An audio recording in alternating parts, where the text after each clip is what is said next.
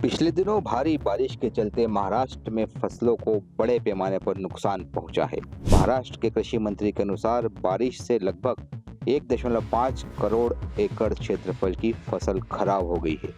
खराब हुई फसलों में मुख्यतः सोयाबीन, कपास, तुअर, प्याज और मक्का आदि शामिल है, जिससे किसानों को भारी आर्थिक नुकसान हुआ है।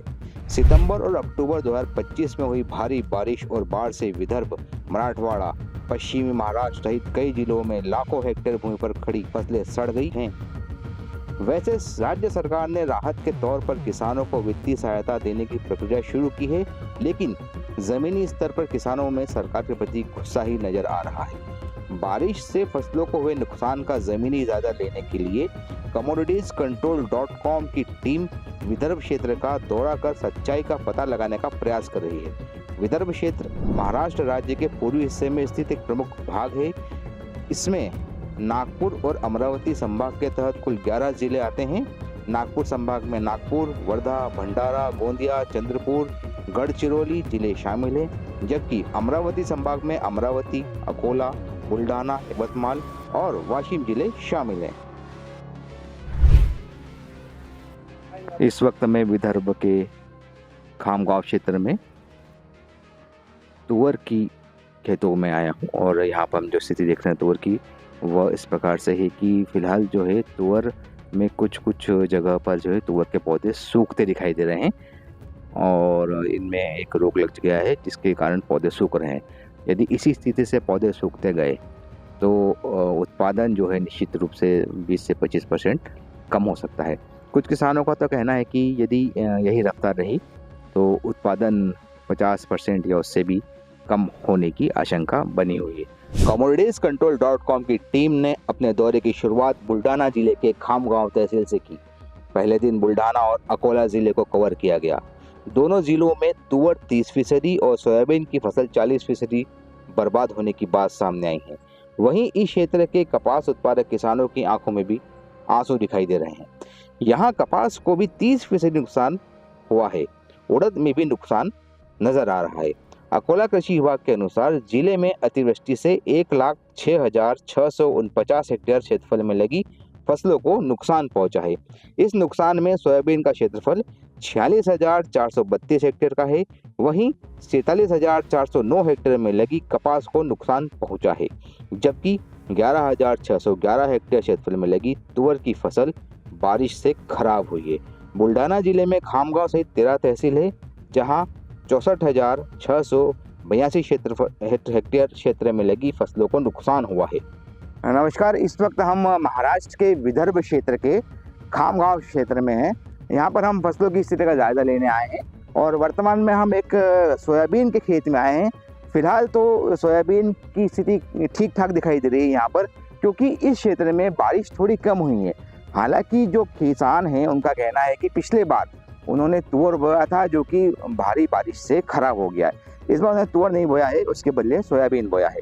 तो फिलहाल तो स्थिति ठीक ठाक लग रही है, लेकिन विदर्भ के अन्य जो जिले हैं वहाँ पर अधिक बारिश से फसलों का काफ़ी नुकसान हुआ है, विशेषकर सोयाबीन। और हम तुअर की बात करें तो तुअर को काफ़ी नुकसान हुआ है और लगभग अधिकांश खेतों में तुअर की फसल जो है गलकर खराब हो चुकी है। और कुछ क्षेत्रों में है जो कि कॉटन को भी यहाँ पर नुकसान बताया जा रहा है। और इस क्षेत्र में जो भी नुकसान है उसकी भरपाई के लिए तो सरकार सर्वे करा ही रही है और मुआवजा देने की बात भी की जा रही है, लेकिन किसानों का मांग है कि जो मुआवजे की राशि है उसे बढ़ाया जाए और सर्वे की कार्रवाई को तेज की जाए। 40 एकड़ में तुअर की बोवनी करने वाले खामगांव के किसान नामदेव श्रीपद भामरे बताते हैं कि बारिश के बाद से तुअर के कुछ पौधे अचानक से सूखने लग गए हैं। पूरी फसल की बात की जाए तो 20 से 25% पौधों को यह रोग लग चुका है, जिससे तुअर का उत्पादन भी लगभग 25% कम होगा। इसी प्रकार का रोग अन्य खेतों में भी देखा जा रहा है। श्रीपद ने 4 एकड़ में सोयाबीन भी बोया है, जिसकी हालत फिलहाल ठीक दिखाई दे रही है।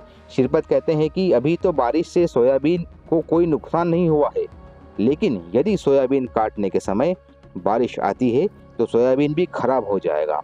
किसानों का कहना है कि यदि इस प्रकार से यह रोग पौधों को लगता रहा, तुअर को लगता रहा, तो उत्पादन काफ़ी प्रभावित होगा और कुछ किसानों का तो यह भी कहना है कि उत्पादन शून्य भी हो सकता है यदि इस रोग पर नियंत्रण नहीं किया गया तो।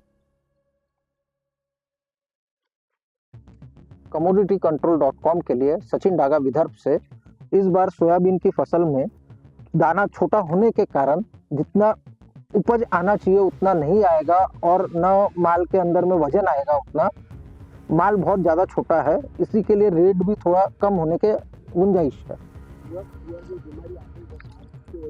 ये देखिए तुअर में इस तरह की बीमारी लग चुकी है जिससे कि तुअर के पौधे सूख रहे हैं बीमारी के चलते, जिससे उत्पादन प्रभावित होने की बात सामने आ रही है।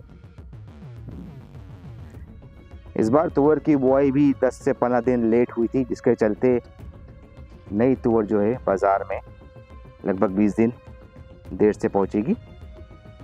खामगांव मंडी में अपनी पुरानी तुअर बेचने आए गणेशपुर के किसान गोपाल प्रकाश भरसागड़े का कहना है कि उन्होंने 15 एकड़ में तुअर बोया था।